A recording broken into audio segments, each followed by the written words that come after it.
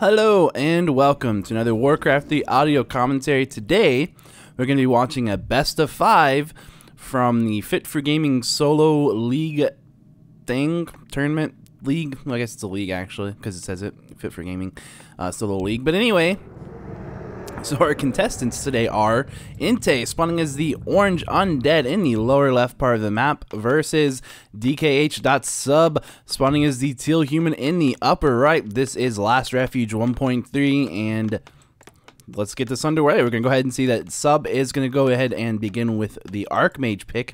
Good choice. Going to see the EnTeee sending an Acolyte Scout across the map. He's, of course, going Death Knight first, and he's doing a Ghoul Opener.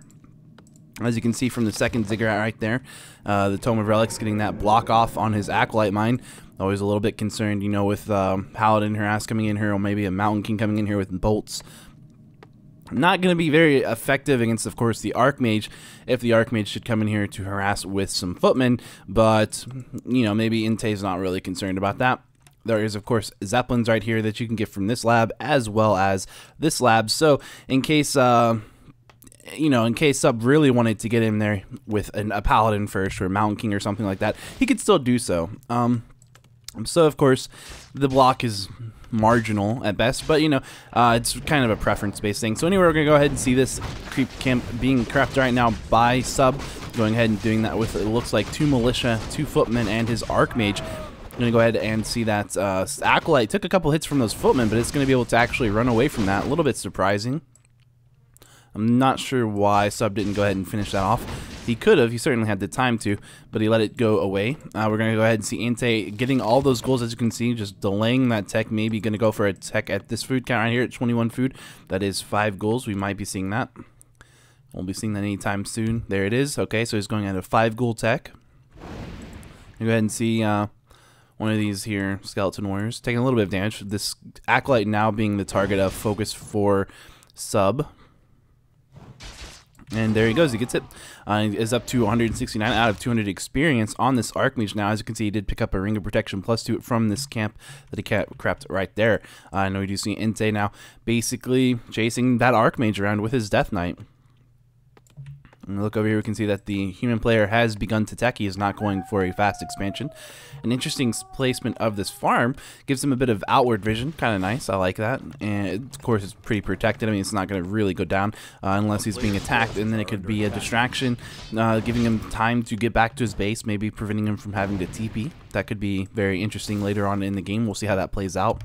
We're going to go ahead and see a blacksmith going up for Sub and a shop as well right there in his base. I'm going to see the Death Knight going ahead and picking up a Boots of Speed over here at EnTee's base. We're going to see he's still pretty much just doing this. He is creeping out over here with these ghouls. He has gone up to, let's see, it's 6 over here to creep, 7 right there, and an eighth ghoul being produced from that crypt right there. And now we can see EnTeee still just trying to get the harass off. Not really a lot that Sub can do while this army is over here. It's not a very big army, but Sub also does not have a very big army. Just picking off a skeleton there, getting an additional 12 experience, I believe is how much that is. Up to 181 out of 200 experience. Gonna go ahead and will he get this experience for that? Not going to. The Arcane Tower got the last hit on that. Of course, the Arcane does do a little bit of extra damage because it's a skeleton, which is a summon. And of course, the Arcane Towers do a little bit more damage to summoned units than they do to other units. So there you have that. Over here we can see EnTeee now chasing, right-clicking on the Archmage. I'm not sure how much of a chase it is, but the Archmage going ahead and picking up a Staff of Teleportation. And as soon as Boots of Speed has respawned, he picked that up as well, and picks up the Dust of Appearance as well. I'm not sure what the Dust of Appearance is for. Maybe for Crypt Fiends, but he will be sorely disappointed if he thinks he is preparing for Crypt Fiends. It was an odd choice, really, to get the Dust. I'm really not sure why. Either way, we see ghouls now. Let's see, that is 6 ghouls. And the Death Knight going to go ahead and leave the Gloves of Haste. No, he's going to go back and pick that up. Summoning some skeletons at that place he crept out with ghouls earlier. Coming in here to try to get some, a little bit of a creepjack off on Sub. I'm going to try to get surround off on this Footman. Not going to quite surround it, but it might be enough of a surround. Just more of a block, as you can see, as the Footman tries to run away. The Footman does go down. One ghoul taking some damage. I believe it got coiled, but he's running away now at 67 HP. Over here we can see that the Death Knight now is at level 2. He's going to go ahead and skill up Unholy Aura. That Archmage, of course, at level 2 as well now from killing the Murloc that he did kill right there. And he will, of course, skill Brilliance Aura. And he also picks up a Slippers of Agility +3. Probably will go ahead and vendor that. I would assume. There he goes. Sells that as well as his Staff for Teleportation, and I believe that was a Circlet of Nobility right there. I'm not quite sure what that was actually, but he sells that, keeping the Dust of Appearance. Kind of an odd choice, but again, maybe he is concerned about the Crypt Fiends with Burrow. I'm not sure. He knows there's ghouls, so I don't know. I couldn't tell you. No idea. Maybe he's concerned about the Cloak of Shadows that can drop on this map.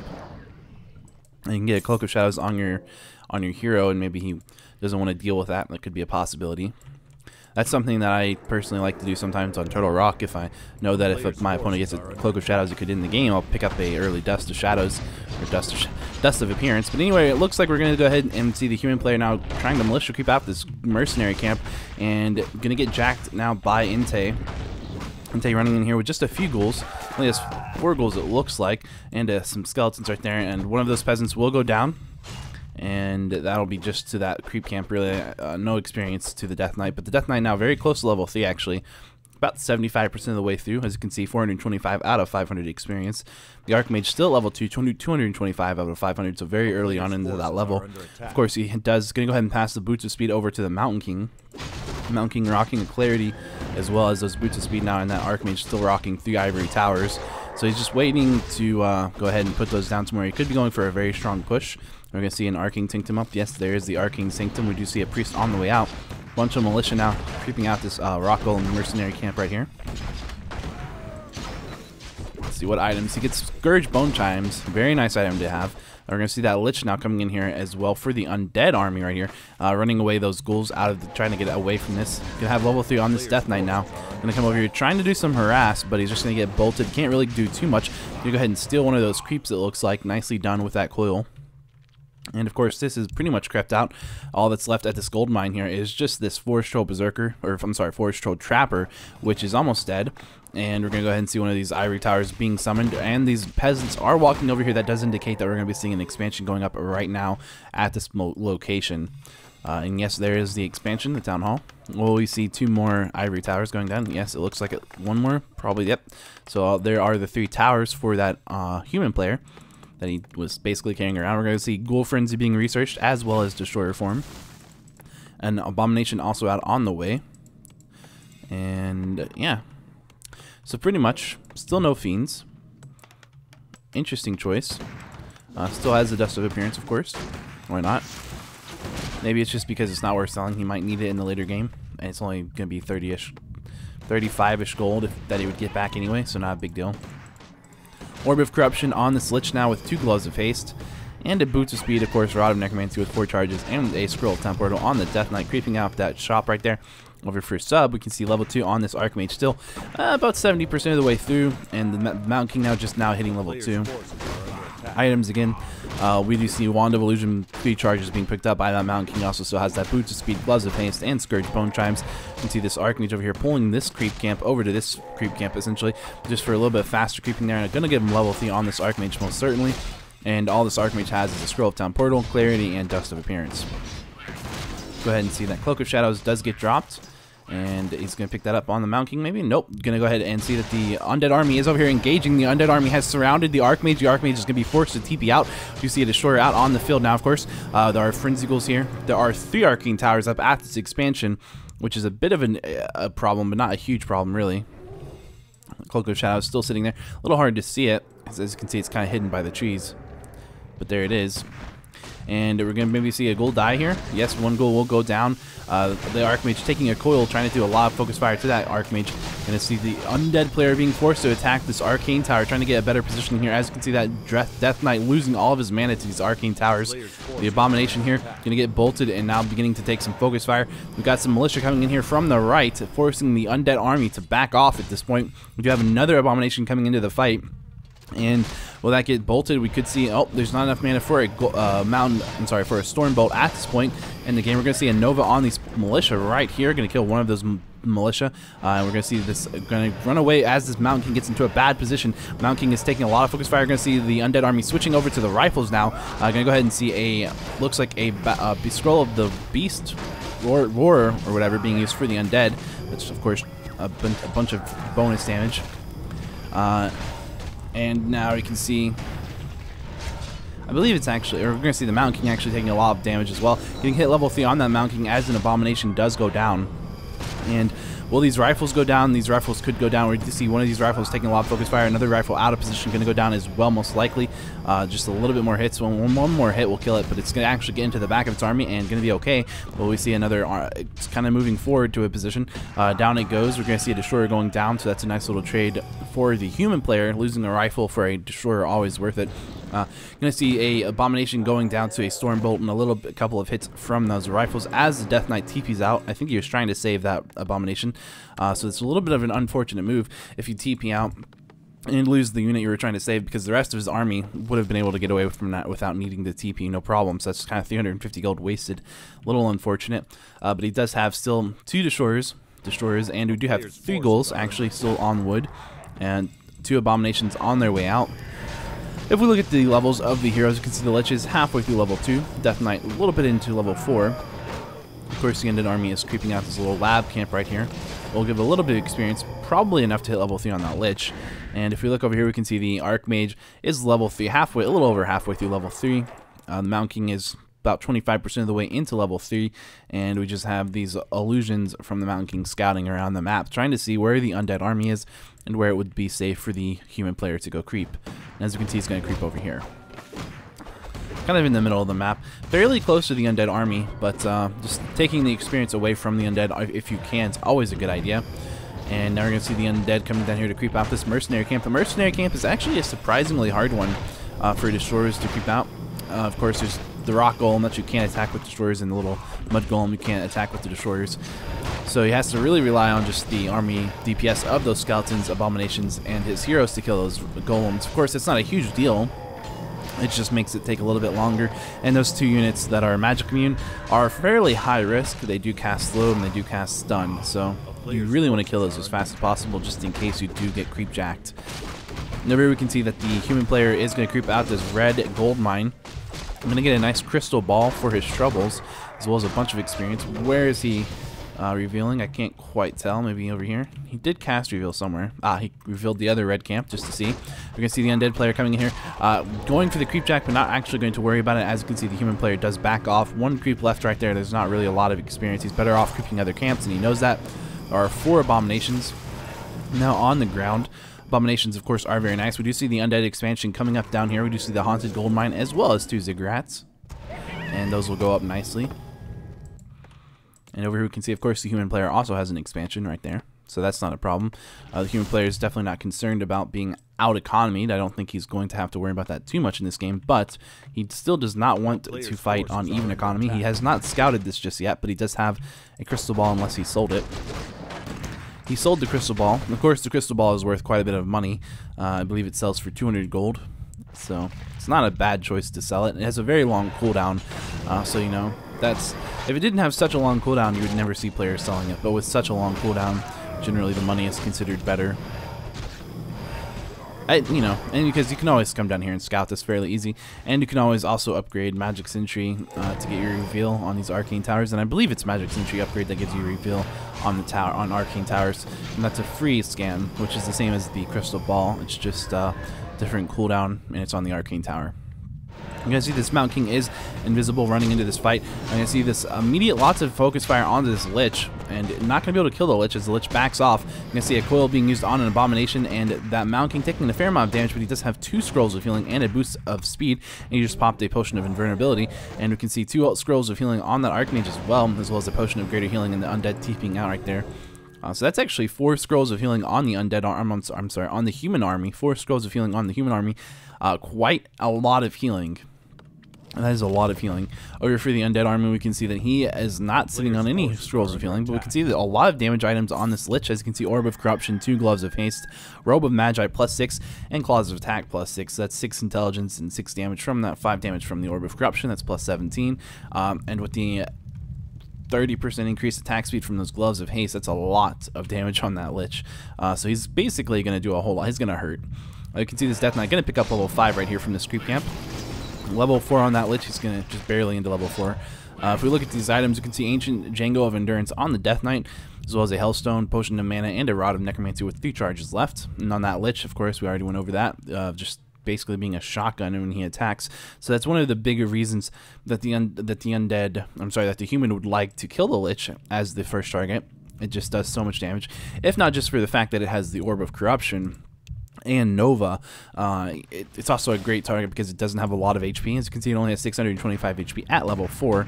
It's fairly similar to why you kill the Archmage, who also has 625 HP at level 4. Then we do see the human player coming in here. He does cancel a building that was going up. And I think that was just a sacrificial pit there, and he's going to go ahead and kill a ghoul. Coming here for trying to go ahead and do something right here. We do see the Lich trying to kill one of these priests right here. He does Nova and get a couple of attacks off. However, it was cast invisible on by a sorceress. We're going to see a coil on that sorceress right there, and another invisibility being cast on this rifleman. So now we have a couple of invisible units in the human army. These water elementals are both invisible, just providing a bit of blocking for these abominations, making it hard to actually fight the human army with the abominations. And so there you have that. And yeah, the Mountain King's invisible once again. He is sitting with a Pendant of Energy at this point and a Potion of Lesser Invulnerability, and has that Potion of Greater Healing now as well. So we might see the Archmage being the focus fire target here. And as you can see, that happens, but he does go ahead and go invisible. And now he's back out. We're going to see him taking a lot of damage again. Very low on HP, using a Scroll of Healing just before he dies, and then teeping out. The fight's still happening, but not really much happening. They're just losing an Abomination, and there's that fight. That human probably got the better end of that fight. I'm not sure what the item cost would work out to be, though. He might not have, because he did spend a lot of money. 600 gold right there just on that Archmage and items, and I'm not sure if he spent any gold on from the Mountain King. Nope, the Mountain King did not spend any gold. So there was that. I'm not really sure if he lost any units. I think he lost maybe 1. If we look, we can see. Do we see any skeletons? I don't see any skeletons. He might not have lost any units in that fight. So maybe just 600 gold, while the undead player lost an Abomination. Which, well, it is expensive. It's not 600 gold expensive, so you know, I don't know. Of course, experience going to the human player is always a concern. Especially in this matchup where hero levels really can decide the matchup very easily. And as you can see, the undead player sort of at the experience advantage. You can see level 5 on that Death Knight, level 4 on that Lich, and over here we can see level 4 on the Mountain King, and I'm not sure. Yeah, level 4 on the human player. I think overall the human player has more experience, and he's definitely about to pull ahead. But guys, as you can see, this Lich is only barely into level 4, while this Archmage is about to hit level 5, and this Mountain King is also about to hit level 5. So, you know, I don't know who I would put for the peg for the advantage right there, but I would say it's very, very close either way. As you can see, lots of Abominations out. I'm not really sure why he doesn't upgrade these Abominations. Honestly, maybe they're not. I don't know. I just know that Abominations are sort of like bears or Taurens and knights, and if you don't have any upgrades on them, they're not really all that great. But either way, what we will see, as I say that, Unholy Warrior is actually being upgraded. I didn't see that. So, I'm sorry, Unholy Warrior. Unholy Armor, which is level 1 armor for these bears, or for these Abominations. And we do have the Crippler out here as the 3rd hero, and he does, of course, have Impale as his first ability there. You can see a scroll of Town Portal being picked up by that Death Knight. And the Lich over here, just coming down here to creep this out. Probably going to need to run the Death Knight out over here. Yes, indeed. Does not want to actually go ahead and take any experience from his Lich and Crippler on that Death Knight. Now we do have the human army coming down here, scouting about, and there are 4 destroyers here and 2 statues, as well as, it looks like 1, 2, 3, 6 Abominations. This fight could go well for either player, really. We'll have to wait and see. This expansion not really in the greatest position. The thing about these water elementals being invisible and trying to block with them, you know, the thing is that you can dispel them with your water element, with your destroyers, as long as you kind of know where they are. And you can see right there, yeah. EnTeee kind of figured that was what was happening. He knew the tactic from earlier, maybe from even earlier games, and he went ahead and just ate that. It was a guess, but it worked and it paid off. So as you can see, just going to pick up some experience for doing that, and also going to be able to actually have a bunch of extra mana on his destroyers now, and now he can actually move out. The human player now backing away. This would have been a good chance, maybe a good time to chase the human player, I think. As you can see, the human player's army is really in a bad spot. He couldn't really fight the undead army if it was grouped up well enough. But, oops. Yeah, but either way, he did choose to defend his expansion rather than actually go and chase that. And if we look, we can see it looks like there's only one statue left. 2 more abominations coming into this fight. 2 upgrades on their armor. He is at 89 out of 90 food. That's quite a bit. Over here we can see that Sub is at 92 out of 100 food.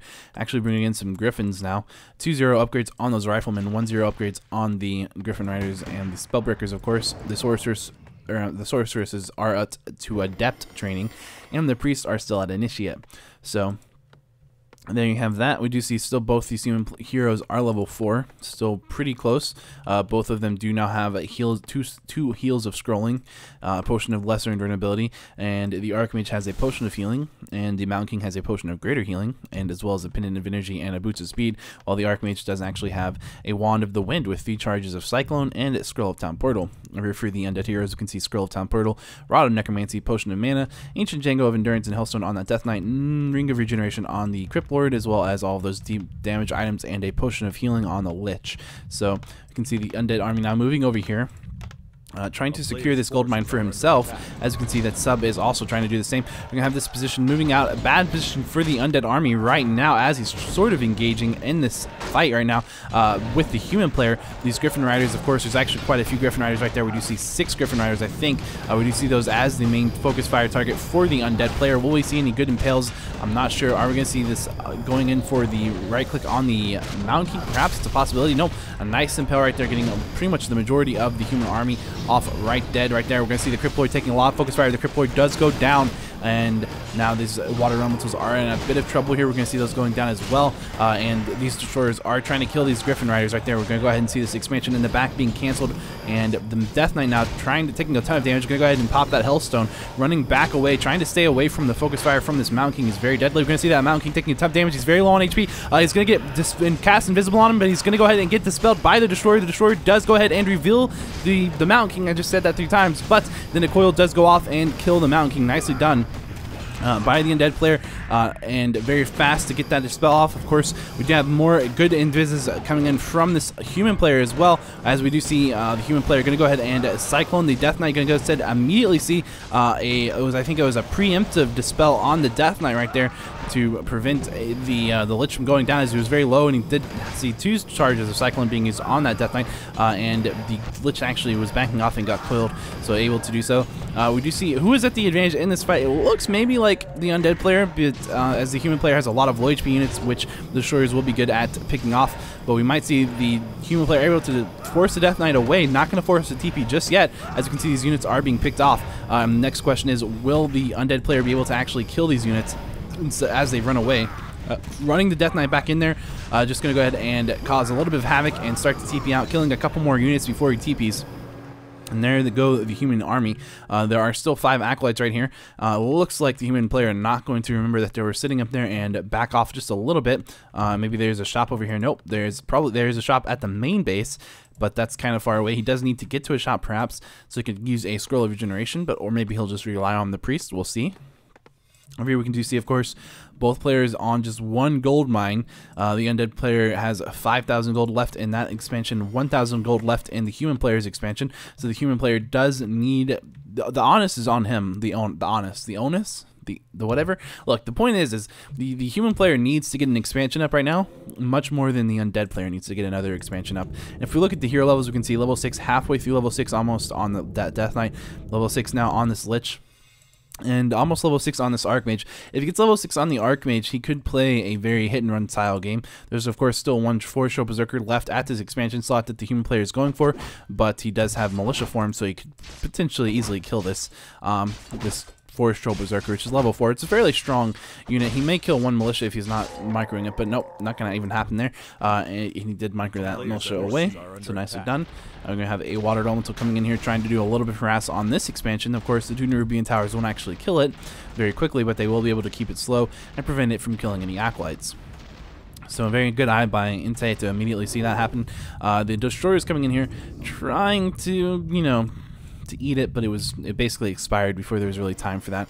And over here we're going to see, the human player actually go for the expansion? It looks like it, but he could just be trying to do some long distance mining, or maybe even just bring these into the fight. He could be trying to use them as battle units. That would be a little bit of an odd choice, but seeing as they're just peasants, they're not going to do any damage. They would really be able to provide some blocking for these abominations, and that would be the main use I think we would see if that happened. Mountain King is back out at this point, level 5 of course, and really no healing items on him, just a Boots of Speed and a Pendant of Energy. And on that Archmage we just have the Potion of Lesser Invulnerability and its Skull of Town Portal. So there is all of that. We just see the human player killing one of these creep tents. Doesn't really do anything, but you know, screw that tent, right? So we do have that sacrificial pit out at this point. There's a shade in the human army, or for the undead army.